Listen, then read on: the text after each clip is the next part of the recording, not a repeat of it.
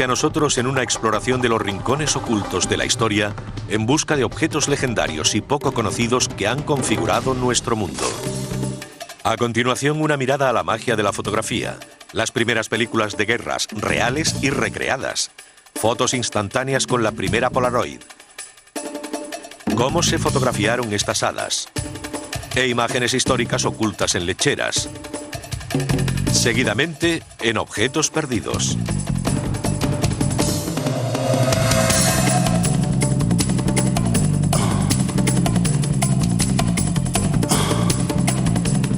Objetos Perdidos. La magia de la fotografía.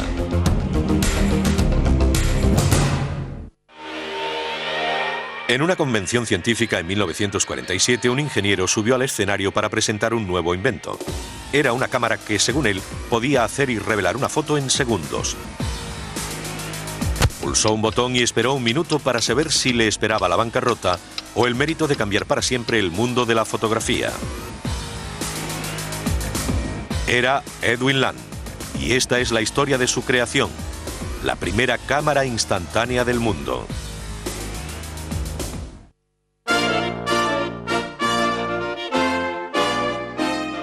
La invención de la cámara fotográfica en 1840 era algo tan milagroso que nadie se quejó de la lentitud del proceso de revelado. En aquel momento, los 3 días transcurridos entre el clic del obturador y la copia final eran un instante. La tecnología avanzaba rápidamente, pero incluso 100 años después, el proceso seguía siendo básicamente el mismo. La cámara producía una imagen en negativo que debía ser cuidadosamente procesada para obtener el positivo. El proceso duraba varias horas. Pero eso era demasiado para una niña en 1943. Cuando el padre de Jennifer Land le hizo una foto en unas vacaciones familiares, la pequeña quiso lo que toda niña de 3 años querría: verla en el momento. En cualquier otra familia se le hubiera pedido paciencia.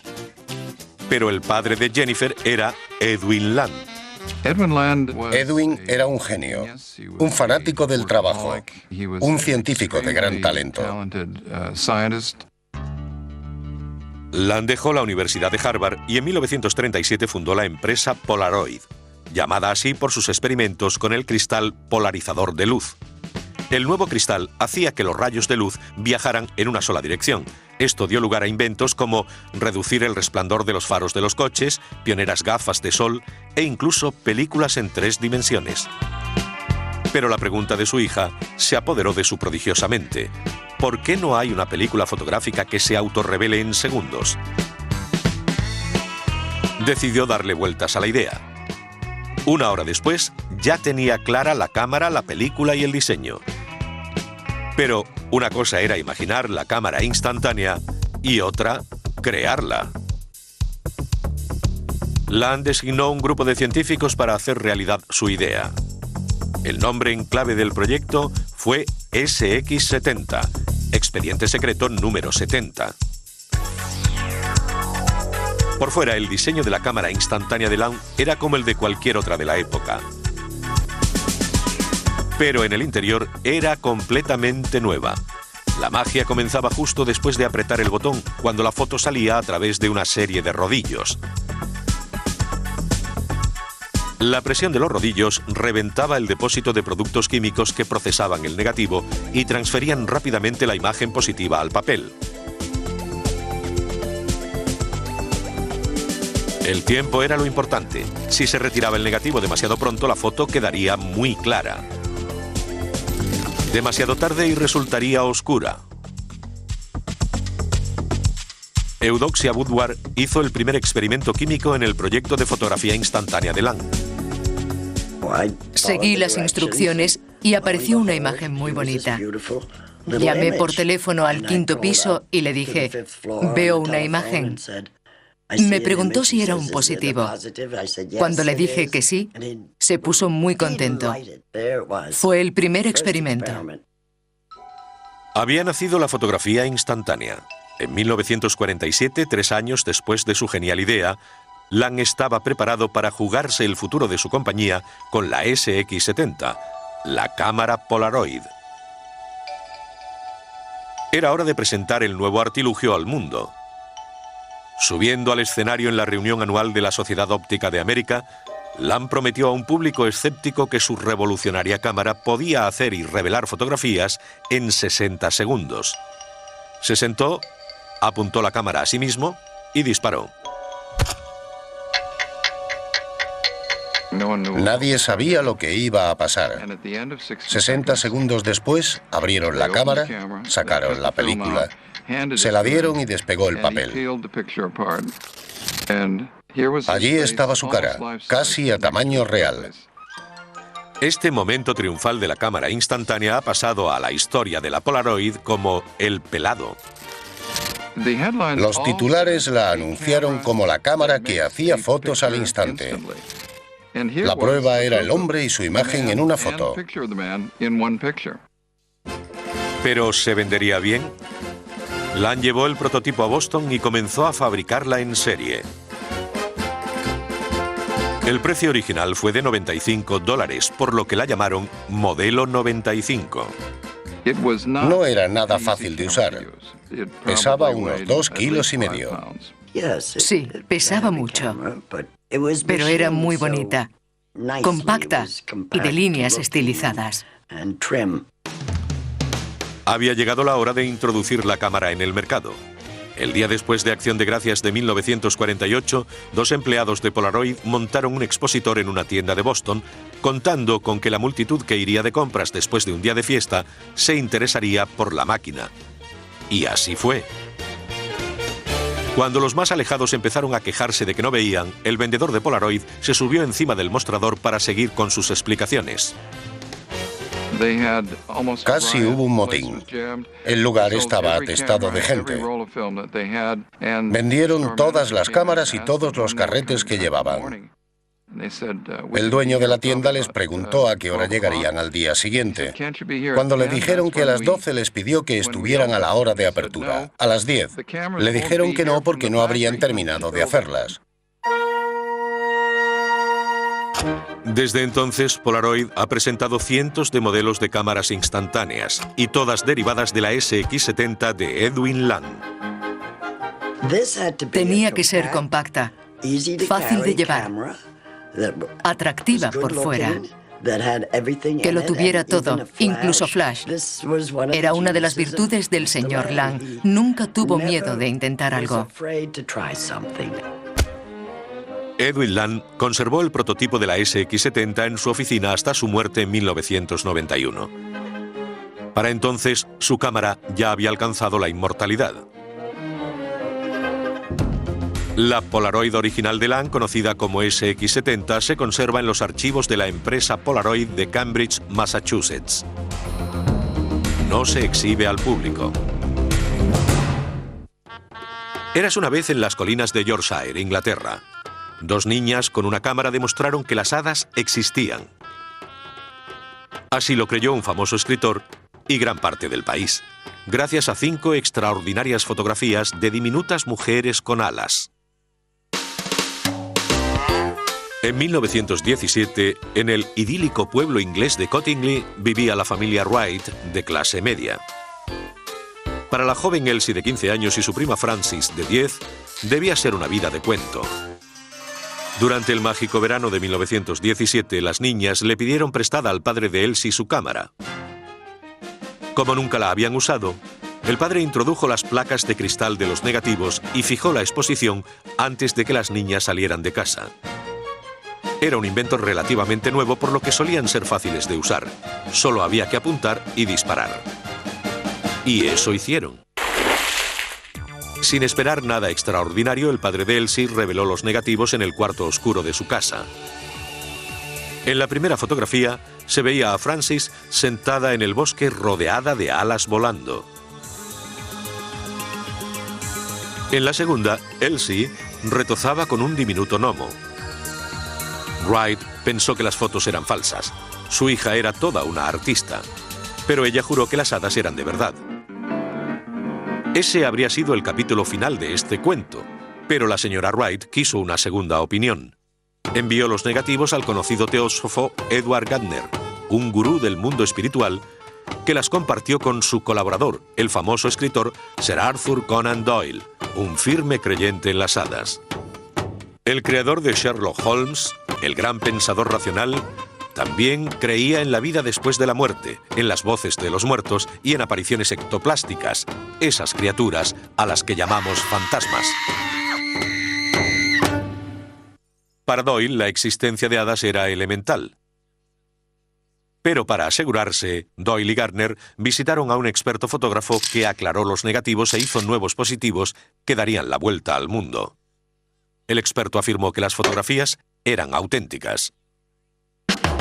Doyle, devoto defensor del espiritismo, creyó fervientemente el caso de las hadas de Cottingley. Envió a las niñas otra cámara, una Bellows fácil de usar. Esta vez las hadas lucían modernos peinados y la moda parisina de ese año. En diciembre de 1920, Doyle publicó las 2 primeras fotografías junto con las 3 más recientes en la popular revista mensual Strand. El éxito fue tan increíble como la controversia. Muchos pensaron que el gran escritor había sido engañado por 2 colegialas. La prensa se mostró escéptica y sarcástica, pero respetaban tanto a Doyle que nadie se atrevía a decir que había hecho un fraude. Lo habían engañado, pero él no había sido. En las siguientes décadas el cuento continuó creciendo. Las famosas fotografías seguían apareciendo una y otra vez. 2 veces más en la revista Strand, en 1921 y 1922. Y en el libro de Doyle de 1922, La llegada de las hadas.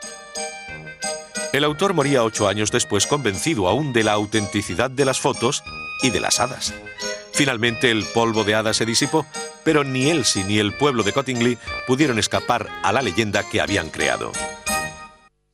Los tranvías de Radford solían parar en Cottingley y los conductores solían anunciar la tierra de las hadas. Todo el mundo sabía que se refería a Cottingley. En 1945, el teósofo Gardner, corresponsable con Doyle de la publicación de las fotos, escribió otro famoso libro respaldando su autenticidad. Gardner envió las 5 fotos a Elsie Wright como recuerdo. Ella las conservó hasta 1972, cuando necesitó un cortacésped. Para conseguir dinero, las vendió en subasta por 60 libras. El comprador las vendió al periodista y cazador de hadas Geoffrey Crowley, quien estaba decidido a descubrir de una vez por todas si aquellas 2 niñas inglesas habían engañado al mundo. Era 1983 y Elsie Wright tenía 81 años. Decidí cortar todo aquello de raíz y no dejar que mis nietos pensaran que su abuela era una chiflada. Elsie pensó que había llegado el momento de contar su particular cuento de hadas, y lo hizo en una carta a Crowley. Le narró el largo día que pasaron ella y su prima Frances en el arroyo de Cottingley. Las 2 cogieron cartulina fina, largos alfileres de sombrero y unas tijeras. De la librería de la casa cogieron el libro de la princesa Mary, publicado en 1914, que contenía ilustraciones de unas hadas sorprendentemente parecidas a las de las fotografías. Elsie cortó, pintó y pinchó las hadas. Crowley reveló la confesión en la revista británica de fotografía, y las hadas de Cottingley volvieron a ocupar los titulares. Parecía como si la gran locura de las hadas hubiera llegado a su fin, hasta que apareció Hollywood. En 1998 salieron a subasta en Christie's de Londres las 2 cámaras de Cottingley y las 5 fotografías originales. Se dice que el actor Mel Gibson, maravillado por la historia, pensaba ofrecer 20.000 libras, pero el público británico se negó, considerando que las fotografías eran parte de su identidad nacional. Se hicieron donaciones para comprar las cámaras y las fotos a Crowley y dejarlas en Inglaterra. En junio de 1998, las famosas fotos de las hadas de Cottingley se presentaron a una multitud de 2.000 creyentes que gritaban: «Las hadas vuelven a casa». Las 5 imágenes se conservan en el Museo Nacional de Fotografía en Bradford, Inglaterra, no muy lejos de Cottingley.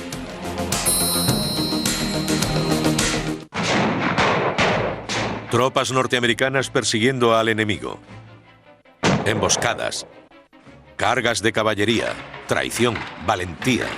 Estamos viendo imágenes de la guerra hispano-norteamericana, la primera filmada. Solo que se rodaron en Nueva Jersey. ¿Nueva Jersey? Eso es.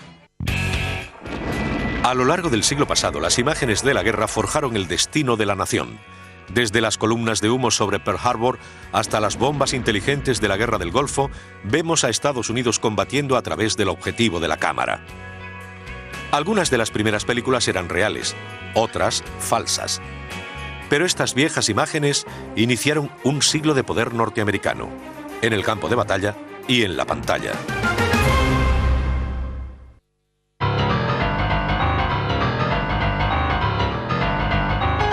A finales del siglo XIX el cine estaba en pañales. No se podía pestañear. Las primeras películas duraban menos de un minuto, pero el público seguía atónito ante escenas de olas rompiendo o un beso en primer plano. A la cabeza de los magos del cine, el propio Thomas Edison. Pero unos años después, la novedad había pasado de moda. Hasta que el 15 de febrero de 1898, el acorazado norteamericano Maine estallaba y se hundía en el puerto de La Habana. Murieron más de 200 hombres. La nación estaba indignada. La prensa del país impulsó un sentimiento de odio hacia los españoles que controlaban Cuba. Muchos norteamericanos estaban convencidos de que los españoles habían destruido el barco con una mina porque Estados Unidos se había puesto de parte de los independentistas cubanos. Para Edison y otros empresarios cinematográficos, esta crisis internacional era la historia del siglo. Enviaron a sus cámaras a primera línea para filmar la contienda.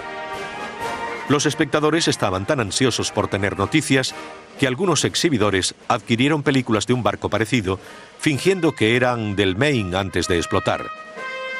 La farsa había comenzado. Las escenas falsas eran muy comunes en las primeras películas. Hay que entender que entonces el cine se veía como un periódico visual.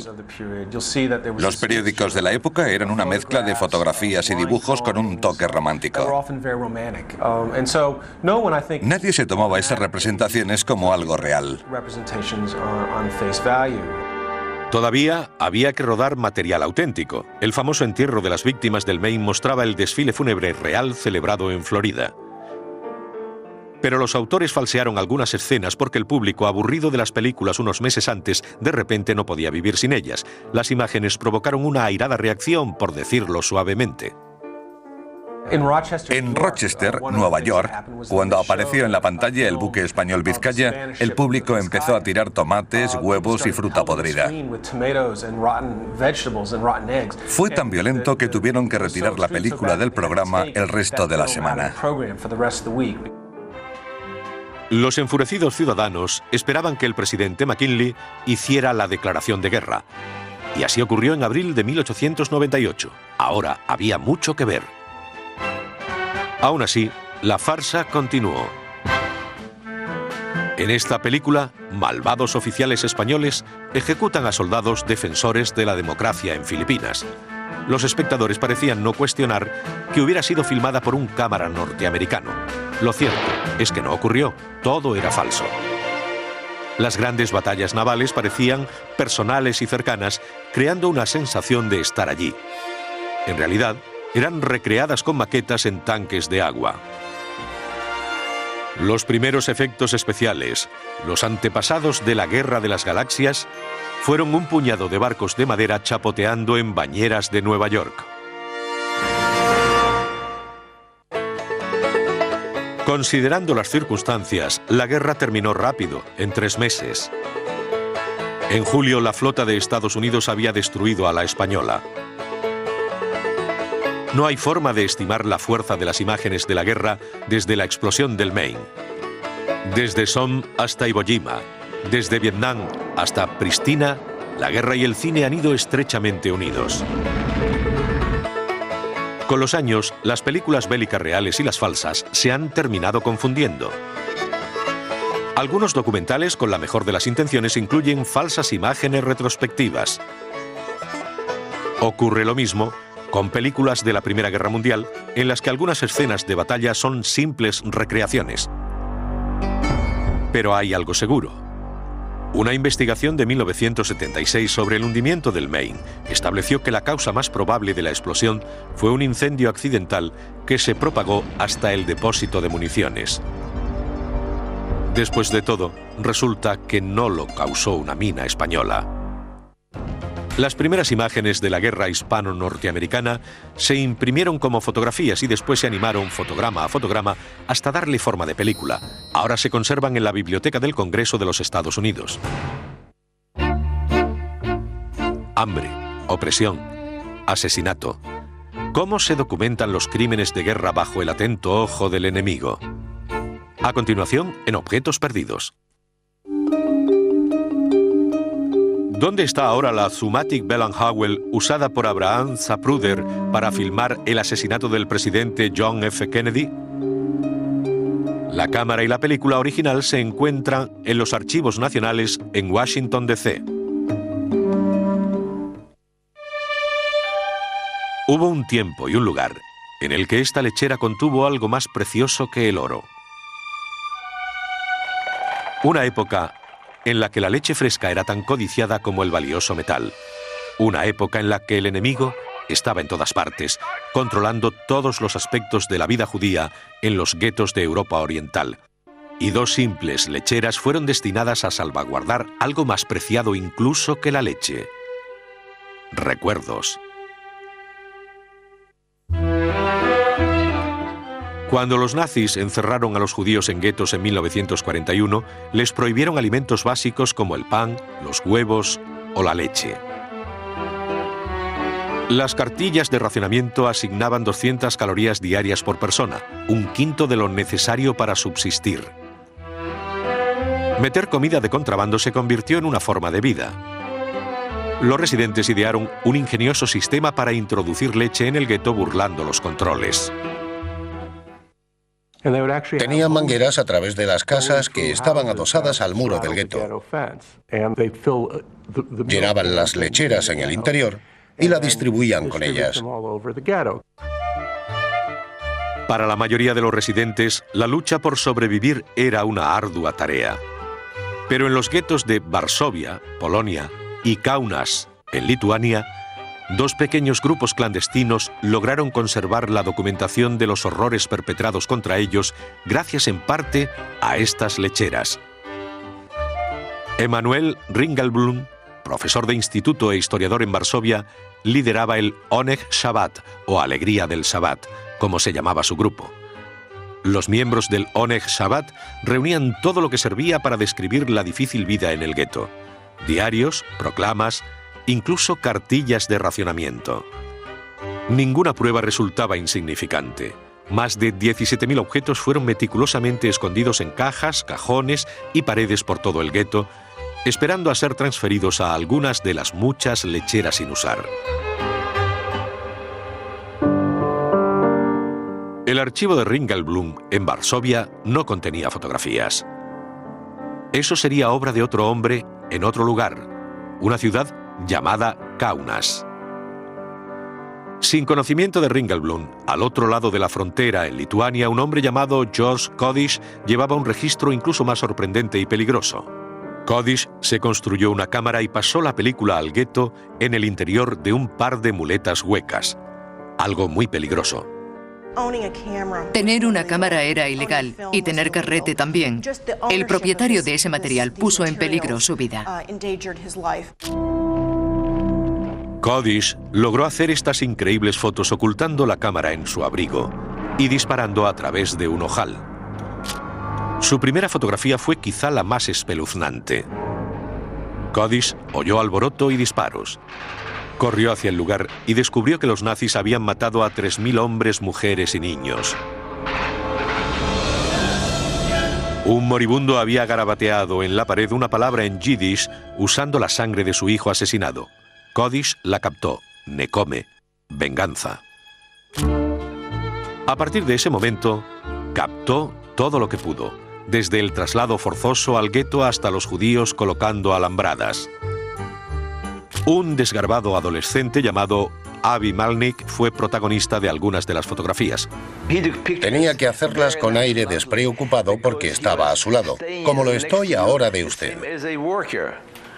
Pero yo conocía a Kodish, era mi amigo, por eso salgo mirándole a los ojos. Kodish documentó todos los aspectos de la vida en el gueto en miles de fotos.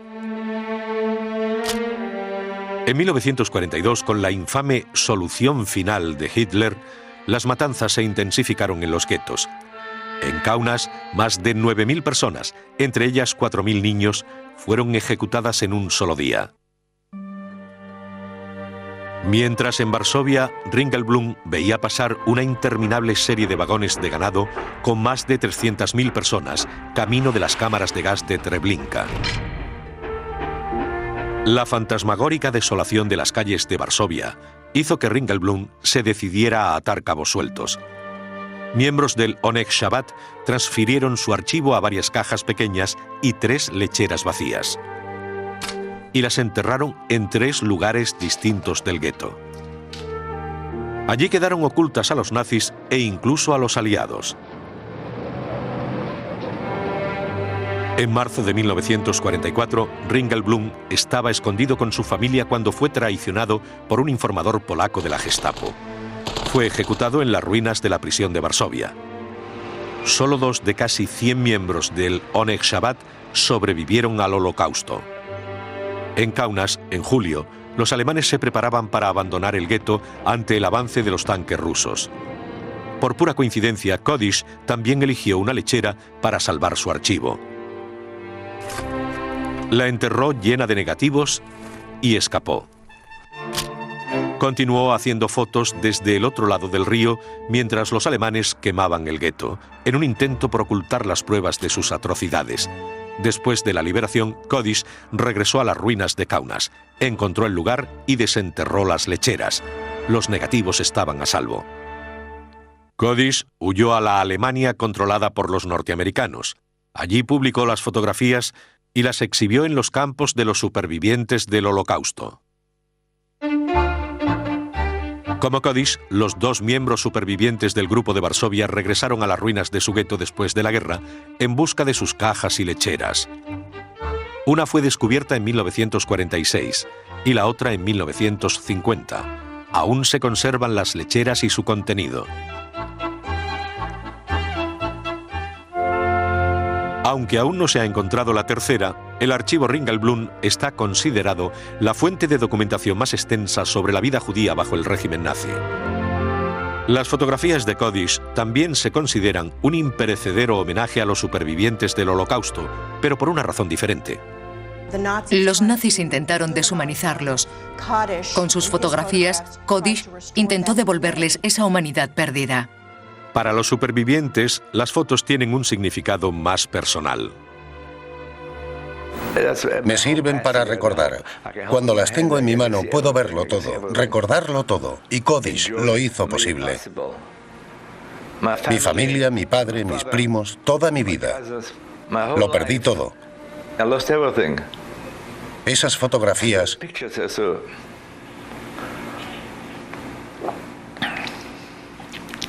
me recuerdan todo lo que fui y viví. De las 2 lecheras recuperadas en el gueto, una se conserva en el Instituto Histórico Judío de Varsovia, Polonia, y la otra en el Museo del Holocausto de Washington, D.C. La lechera de George Kodish en Kaunas nunca se recuperó.